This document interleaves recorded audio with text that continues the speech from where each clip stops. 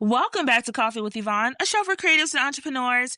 I'm Yvonne Pearson, your host, and darling, the founder of Pink Doll House Marketing. And this week on the show, we're going to do another marketing magic episode. I know you love those because I love them too. It's actually one of my favorite things to talk about is marketing. Even when I'm not working as a marketing girly and moonlighting as a content creator, I still talk about marketing.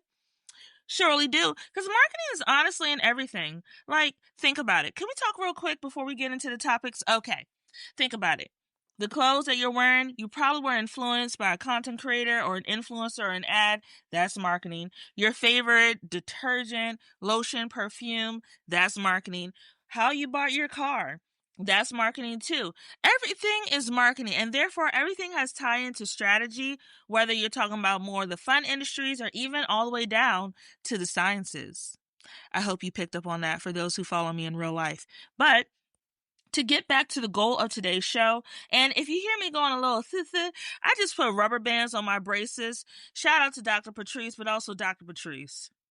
I didn't want these rubber bands, but I'm wearing them. She says I have to wear them all day long and also at night. So much fun for orthodontia. But again, look at these teeth. Are they looking good? Now, do I know when they're going to get taken off, when I'm going to take off these braces? No. It's a marathon, not a sprint. But we're still here. Anyway, let's get into these marketing magic episode. And for those of you who are new here, I'm going to be diving into popular campaigns you may have seen up and down your timeline on social media, or may have heard about and did not know that there were marketing strategies behind them. So grab your coffee or juice or a little tequila or whatever you're sipping on, because I'm recording this episode around 6 o'clock in the evening. And okay, so grab your coffee and let's chat. If you want to know what's in my cup, there's nothing special today. It's really that Simply blueberry lemonade. Have you ever had it? It's good.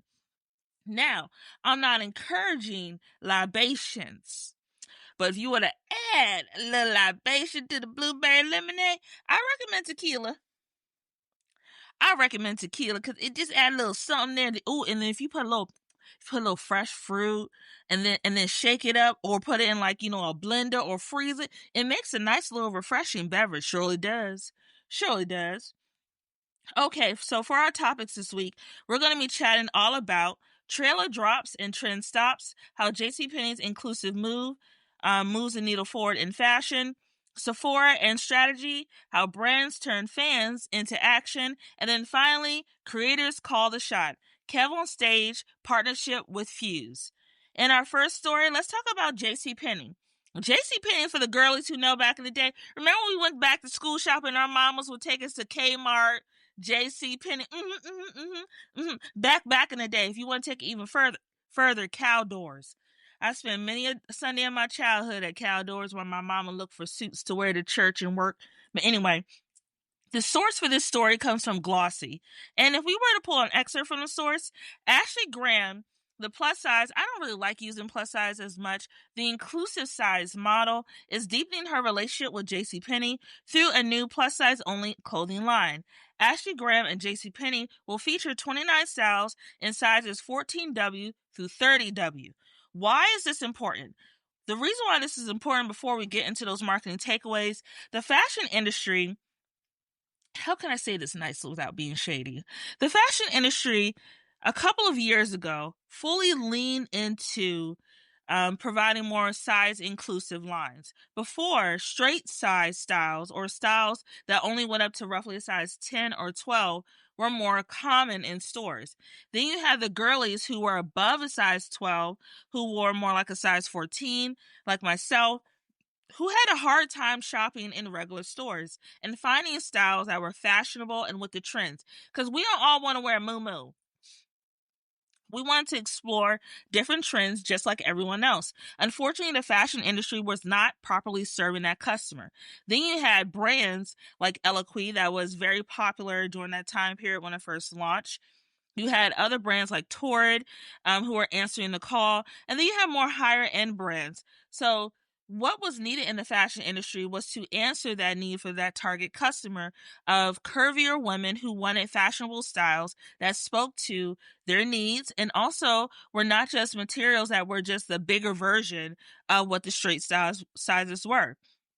Essentially saying, don't just make this in my size and it's not tailored correctly or doesn't look great on my body. Think about me holistically as a customer the way you would everyone else. The plus size industry, though, and more so the inclusive size industry in general, in recent years has really dialed back on how much they have in inclusive sizing both online and in stores. And you've also seen brands like Eloquii shift in recent years. No shade to Eloquii, but the quality is not what the quality used to be, because Eloquii has changed hands more than once, being sold to Walmart, and then now being sold to another company that has a portfolio of brands for size inclusive shoppers.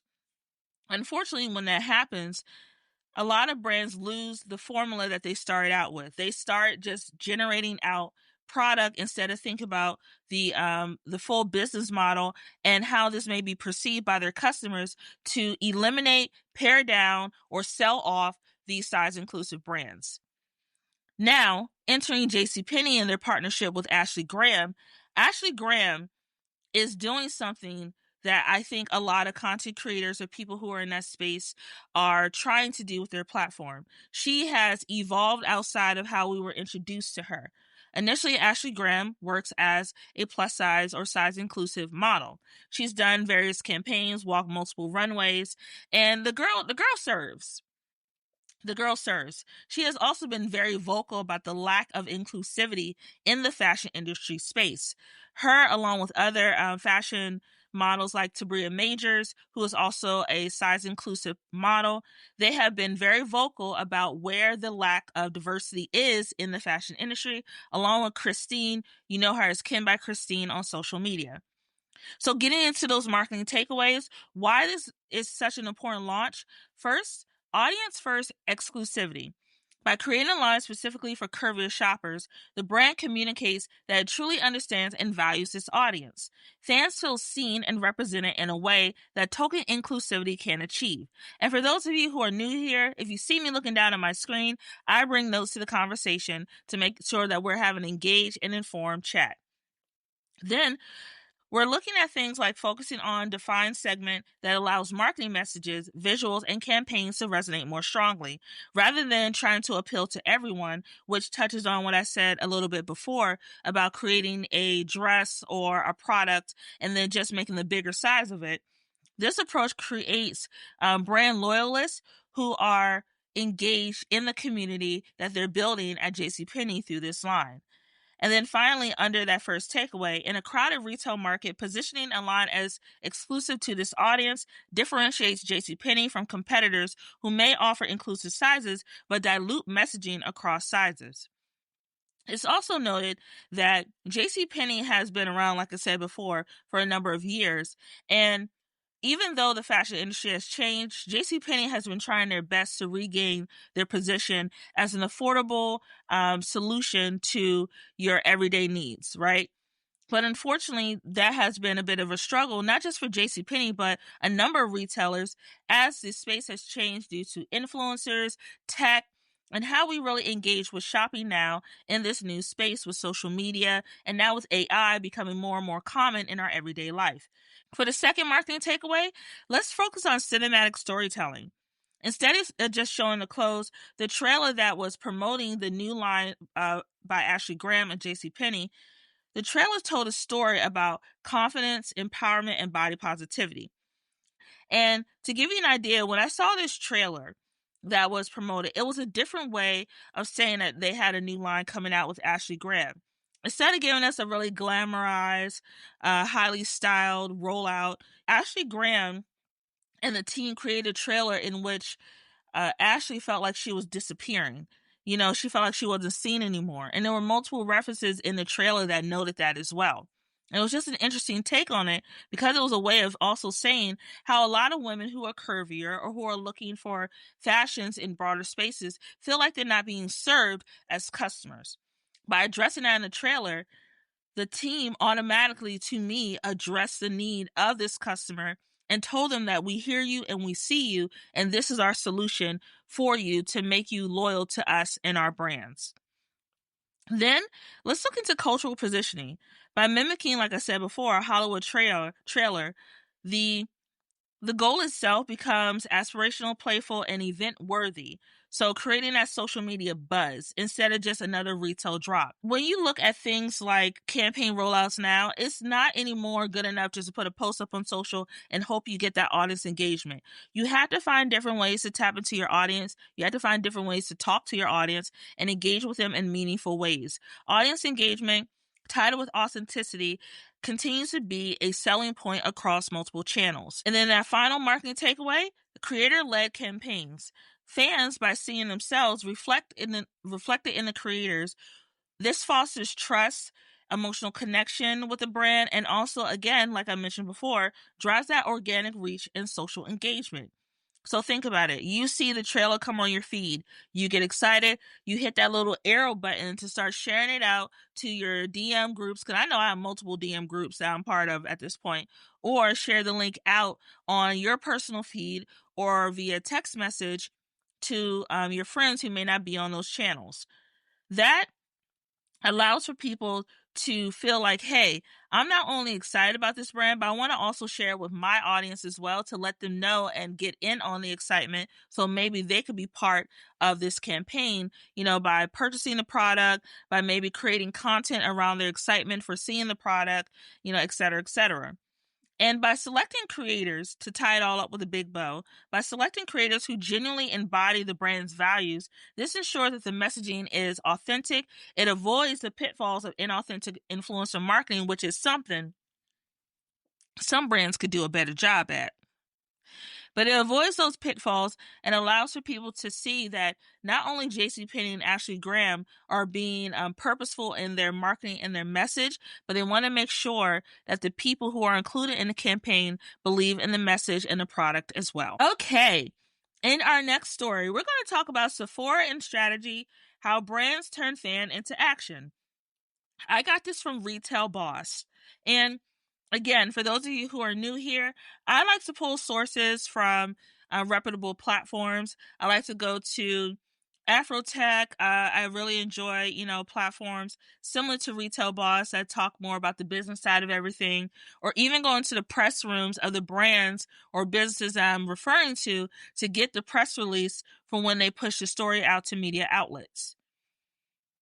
To pull an excerpt from the actual article, Sincerely Yours, the new teen-focused skincare brand created by co-founder Jordan Matter and Salish Matter, has taken the beauty world by storm with its exclusive launch earlier this week at Sephora stores across the U.S. The record-breaking debut not only sold out shelves, but also signaled major shifts in how Gen Alpha expects for brands to engage, innovate, and evolve their community in product creation.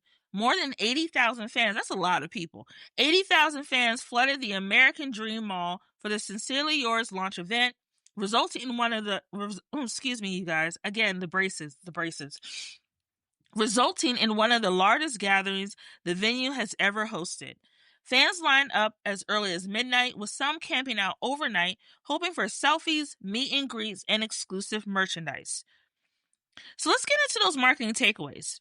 First, let's talk about how to leverage creator fandom. Teens were already invested in Salicia's voice and brand, so her endorsements carry more weight than a generic campaign. And thinking about Gen Alpha, I know Gen Alpha gets a lot of slack. I know there were articles that were on the socials and across the various platforms about how Gen Alpha, or this younger customer base that was formed, was going into these box retail stores like Sephora and, testing product, or, not being an ideal customer for the Sephora or similar beauty brands. Now, thinking about it though, when we were around that age of Gen Alpha, that's when you start having interest in different things that you may see your mom, the women in your life, or someone in your life who's into certain things. That's when you start having, maybe this is something that I would like too. And you start experimenting with different looks, hairstyles, etc. Even fashion, because I know I made a lot of mistakes. Namely, that one outfit that I wore where I looked like a blueberry muffin in high school. Why I allowed myself to wear that much blue from head to toe. Yvonne, it's okay. You only got clown for one day. You donate the outfit shortly after. But knowing that that is the age in which you start to experiment with your look and trying to figure out who you are as a consumer, this is important to note that Sephora not only saw the potential of Gen Alpha as a customer, they tapped into it and then further tapped into it by bringing in this content creator, Salish, with their voice and brand to leverage their platform to tie in the partnership to launch their product at Sephora stores. Rather than heavily relying spending on a broader campaign and spending millions of dollars and hoping to move the needle and turning that into sales, the brand again leveraged that organic reach through the creators' channels. Creators like Salish already have that audience tapped in because they're already following them. And by doing a couple strategic posts promoting the rollout, those teens then went to their parents, and you know them parents, they're like, okay, just tell me the date and time, we'll go, grab your friends, X, Y, and Z. And by doing so, they then took that and created from social media to in-person engagement, getting the excitement and the hype that turned into a visual impact at their stores with 80,000 people. The content and the messaging also reflected the audience interests, values, and culture, which ensured resonance from the first post to the pop-up event at the American Dream Mall. When we look at marketing takeaway number 2, the event as a marketing channel, by leveraging experimental marketing, which is the pop-up itself acted as a narrative that fans could participate in, creating memories, like I mentioned before, through social content that they wanted to share. So if you were to imagine it, let's take it from the beginnings-ish of the campaign. Salish creates this cute little video letting people know that their product is coming out. It's coming out at this Sephora, at the American Dream Mall. They drop the date, the time, do something cute like hope to see you there, something like that while they're using the product. Then when they roll out that content on social media, now you start to see the engagement. You start to see the comments, oh my God, I can't believe this. Oh my God, I still have to go. And then they start tagging people on social media. You see the shares, you see the bookmarks, you see all the different engagement metrics that you're looking for as a marketer to let you know that this post or this campaign is driving success in audience engagement. Now, your final test is to see, okay, we did a great job with this post. We saw high engagement, but will that translate into foot traffic and sales with this pop-up? Now, you're seeing people who are sharing their posts about get ready with me's, perhaps. They're sharing their posts leading up to them going to the actual American Dream Mall to line up. They're sharing their excitement building up to the actual event. They're sharing their excitement waiting in line. And then finally, they're sharing their excitement when they get a chance to shop the actual pop-up in stores. So now, you're seeing how that digital audience is translating to in-person sales. For the Sephora executive team, this test pop-up is letting them know Salish's audience is a real audience, not just an audience that lives on a social media channel. Their audience actually came out to support Salish to buy this product, and now we're getting Gen Alpha as customers to Sephora through this content creator. Finally, community building. Community building with physical events allow for a deep connection and brand loyalty, turning, again, casual buyers into long-term fans. I know for me, even though we didn't have Sephora back when I was a teen, we had places like Bath & Body Works. Bath & Body Works, for the girlies who remember, along with Victoria's Secret, Bath & Body Works, Jasmine, Cherry Blossom, there was another one that we really loved when we were kids too, but that turned us into customers of Bath & Body Works. Now, when I think about buying candles, I automatically go to Bath & Body Works. While my perfume preferences have changed, I do enjoy special collections like the Princess Tiana collection that they did that Bath & Body Works rolls out as part of their marketing strategy. So by getting me as a customer very early and getting those couple of products, it turned into me requesting gift baskets for my birthday, requesting the cute little, travel items that I keep in my travel box when it's time for me to go somewhere. I stayed a loyal customer to Bath & Body Works over time. And then finally, for that marketing takeaway for this segment, audience engagement and feedback. Again, it's not just important to do the post, to hope that it works and go from there. You want to see what that engagement and feedback is going to look like. So they approached it by doing two-way engagement. Teens weren't just consumers, they were collaborators whose voices shaped the event and the product experience. For marketers, a lot of times we're looking for those insights from our audience to know how to build and structure these campaigns to make sure that they are effective. We do that sometimes through surveys, through actual one-on-one feedback and asking questions about what people like or what people dislike or what they want from the products that we're creating or future campaigns that we may include based on their feedback. Then, by building in that trust, it showed the brand cared about its community and it showed the brand wanted to nurture this specific audience. And then finally, what they did, they donated a portion of their sales to Girls Inc., creating a purpose-driven marketing, allowing for fans to feel part of a larger social mission. Gen Z, millennials as well, and Gen Alpha are more socially conscious than previous generations. We are very socially conscious about where our dollars go to, about who we support, and initiatives that drive community. For me especially, it's important for me to do my best to support small businesses, small creators, and even inclusive designers or brands that may not have a huge following, but give them my support first before I give it to anyone else. Of course, there are larger conglomerates out there, but our generation, along with Gen Z and Gen Alpha, we are definitely conscious about where we put our money. And if we know our money is going to doing something good in communities, we're more willing to spend our dollars to support that. Okay, in our final story, we're going to talk about KevOnStage. KevOnStage and his partnership with Fuse. I got this from Variety, and in the excerpt, Fuse Media has announced a multi-year partnership. Okay, come on, multi-year, with comedian and creator KevOnStage Fredericks to develop and produce a slate of original shows for Fuse Plus and its FAST channels. The collaboration aims to spotlight culturally relevant, creator-driven content and expands Fuse's mission to amplify diverse voices while giving Fredericks ownership and creative control. Because we love ownership and creative control, don't we? We surely do. Hence why Coffee with Yvonne is produced by Yvonne Pearson, who owns Pink Doll House Marketing, which is also registered and trademarked. I love that for me. Okay, let's get into those marketing takeaways, shall we? So for those marketing takeaways, first thing we're going to talk about are creators as content architects. Brands and media platforms are recognizing that creators have built-in insights when it comes to their audience, what works, what resonates, and what feels authentic. Authenticity is a common thread you're going to keep hearing in these new marketing spaces and campaigns because it's not going away. By giving creators control over the intellectual property or IP, brands tap into original ideas that audiences actually want rather than relying solely on traditional executives or market research.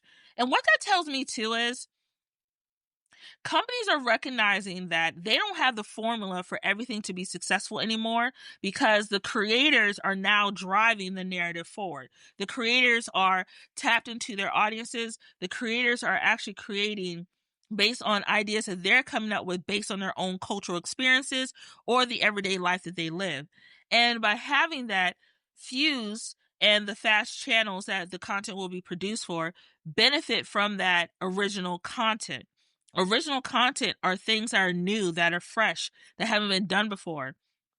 Before we get back to the topic, there's this show called The Comic Shop on YouTube that has become one of my absolute favorite shows. It is produced and owned and developed by a content creator or an original creator through her own work. And it has blown my mind of thinking about what original content can look like on a YouTube channel, because the level of production that I see with this show is the kind of stuff you see on, regular TV or networks. Creators are moving the needle forward of what the future of media and content will look like based on their own original ideas, and having that ownership that was mentioned in one of the marketing takeaways is so important because it gives us that control of how we want to be represented on these platforms. So the approach positions the creator as a strategic partner, which often leads to richer, more culturally authentic content, like I mentioned a bit before, and stronger audience loyalty. Think about it. KevOnStage already has a built-in audience with the KevOnStage studios. They have the podcasts, they have the TV shows that they sold to BET Plus, like Churchy, and I think The Hospital just debuted not too long ago. KevOnStage has an audience that already has bought into KevOnStage and KevOnStage Productions. On top of that, KevOnStage is also someone who is highly relatable. You know, when you see his content on social media, you pay attention. It's funny, it's real, it's authentic. It's someone that you actually will want to have a real conversation with. So by buying into him, by tapping into his work, you are now invested in the full universe that he's creating. So let's get into that next marketing takeaway. Cultural relevance and strategy. Aligning with creators who already have credibility in their niche communities allows for brands to communicate in an authentic voice rather than impose corporate voice. A little bit of what I mentioned before. Authenticity is going to be driving the needle forward. That cultural resonance drives emotional engagement, which leads to higher retention, shares, and advocacy. This is true because I watch Churchy. I don't have BET Plus, but I signed up for BET Plus solely because Churchy was on the platform and I wanted to support KevOnStage and his initiatives. Also, brands can amplify this by embedding creators into strategy sessions and campaign planning, not just execution, ensuring every touchpoint aligns with audience values and expectations. Finally, let's talk about ownership equals longevity. When creators feel ownership or have ownership, they are more invested in the success of the project, which often leads to higher quality and a consistent engagement. No one wants to be the person who sells an idea and then sees their idea totally flipped upside down his head and there's nothing associated with what you did before. I know for me, I were to sell, not Pink Dollhouse, that's my baby. If I were to do a media partnership for Coffee with Yvonne, I will want to retain ownership and creative control over my show. It is not my dream to have someone come in and completely flip it on its head, because unless you're going to contribute something that's going to amplify it even more to the next level, turning it upside down on its head and moving away from the original theme and purpose is not something I want to do, no matter how much money is on the table. My original ideas, my concept, my direction.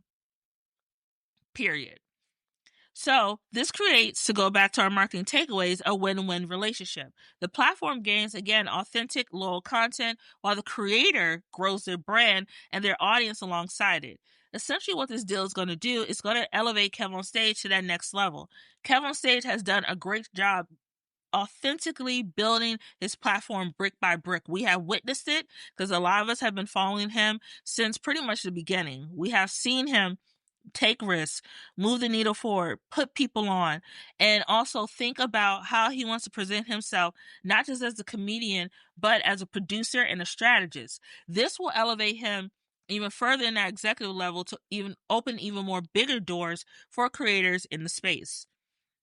Finally, this model fosters sustainable storytelling as content evolves organically with the creator's vision rather than being limited by short-term trends or purely corporate directives. I know that's right, because sometimes corporate